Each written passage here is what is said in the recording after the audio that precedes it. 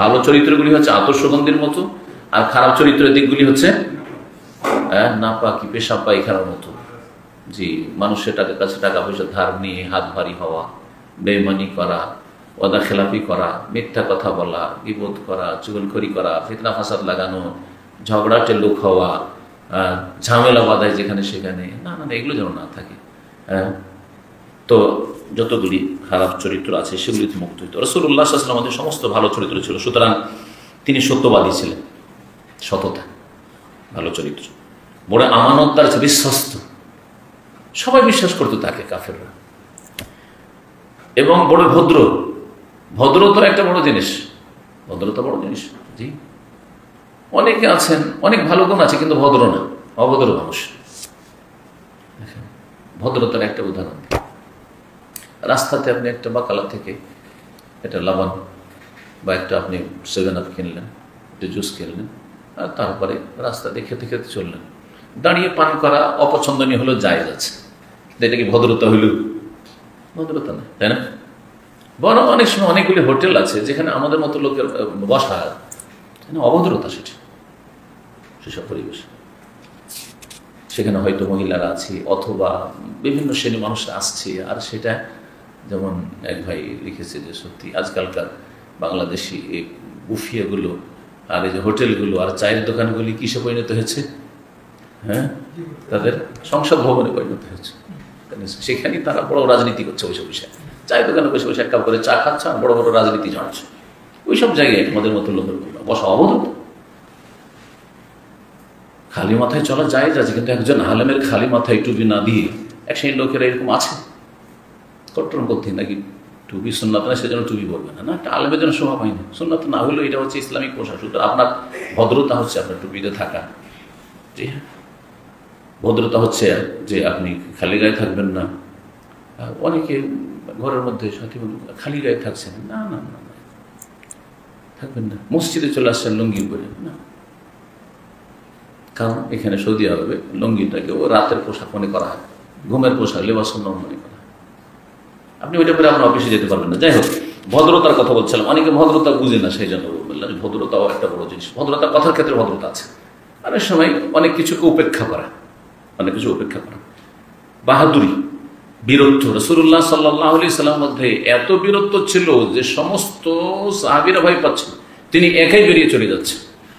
একবার হঠাৎ করে গুজব উঠেছে মদিনায় যে মদিনায় আজকে রাতে হামলা করবে কাফেররা, শত্রু দল কাছে চলে এসছে মদিনার। কে যাবে কেউ বলছে না যে আমি একটু ঘুরে খোঁজ খবর নিয়ে আসি, মদিনার চারিদিকে একটা রাম করে আসি বা দৌড় দিয়ে আসি, না। রাসূলুল্লাহ সাল্লাল্লাহু আলাইহি ওয়াসাল্লাম কাউকে না বলে একাই ছুটেছেন মদিনার চারিদিকে ঘুরে। তখনকার মদিনা কিন্তু বর্তমান মসজিদে নববীর সমান ছিল, এত বড় বিশাল মদিনা ছিল না। আর ওই ইহুদিদের এলাকাগুলো একটু দূরে, ওই মসজিদ খবর দিকে ধরেন। তো ঘুরে চলে আসলেন চারিদিক সব খোঁজ খবর নিয়ে। তারপরে বললাম তোরাও, কোনো ভয় নেই, কোনো ভয় নেই, কোনো শত্রু নেই, ভয় করি না। কারণ মানুষের অন্তরে যদি ভয় ঢুকে যায় আর আসলে কিছুই হয়নি, ভয় যদি ঢুকে যায় তো সারা ঘুম আসবে না এমনিতেই। এবং বড়ই ন্যায়পরায়ণ ছিলেন। জি, ন্যায়পরায়ণ হওয়া, যদিও আপনার বিরুদ্ধে হোক না কেন, আপনার বাপ মায়ের বিরুদ্ধে হোক না কেন, ন্যায়সঙ্গত কথা বলবে না। ওয়ালাউ আলা আনফুসিহিম আল্লাহ করা হচ্ছে, তোমার বিরুদ্ধে হইল কি আছে এমন আজকে?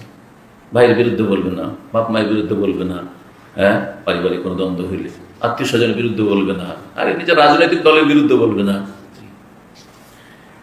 রাসূলুল্লাহ সাল্লাল্লাহু আলাইহি ওয়াসাল্লাম বড় প্রজ্ঞাবান ছিলেন, ছোট থেকে বড় সচ্চরিত্রের ছিলেন। সচ্চরিত্র একটা হচ্ছে সততা, মানে সত্য কথা বলা, একটা হচ্ছে সচ্চরিত্র হওয়া, মানে নারী সংক্রান্ত বা যৌন সংক্রান্ত কোনো পাপের কাছে নেই।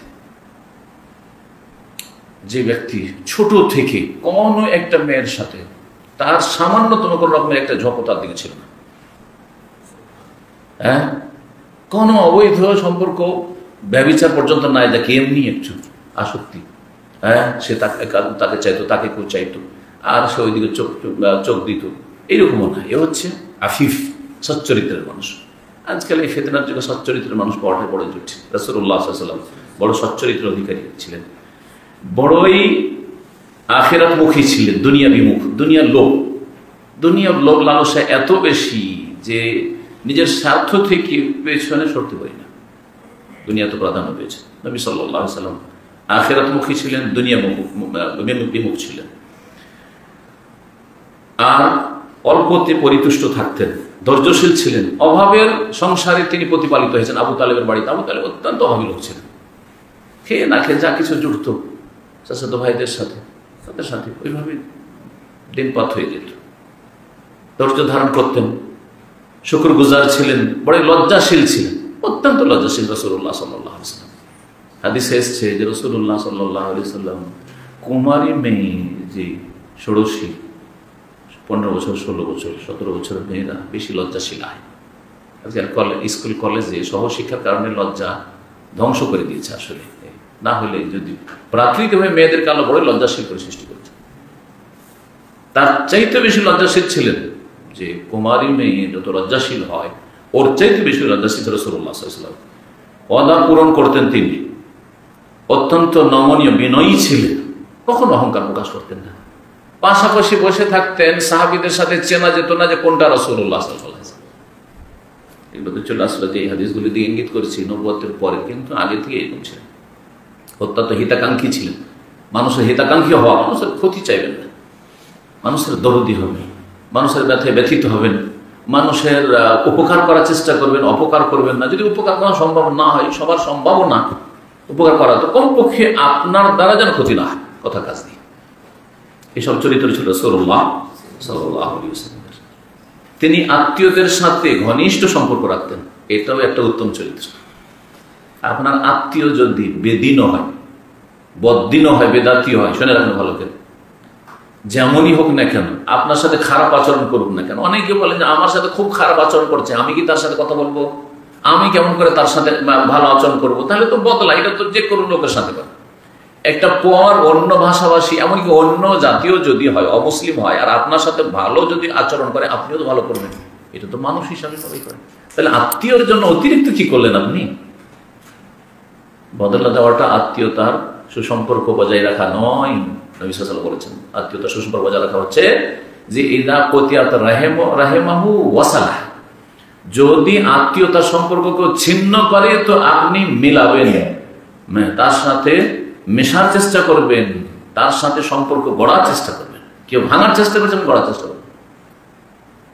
ঈদের খোঁজ খবর নেই না, আপনি খোঁজ খবর, আপনি তার বিয়েতে গেলেন, কিছু উপঢৌকন দিলেন, দাওয়াত খেলেন, আপনি বিয়েতে ডাকলে আসেন, আমার বিয়েতে আসলো, আমার ছেলের বিয়েতে আসলো না, আমিও আগামীতে জীবনও যাবো না। বদলা হয়ে গেল সমস্যা।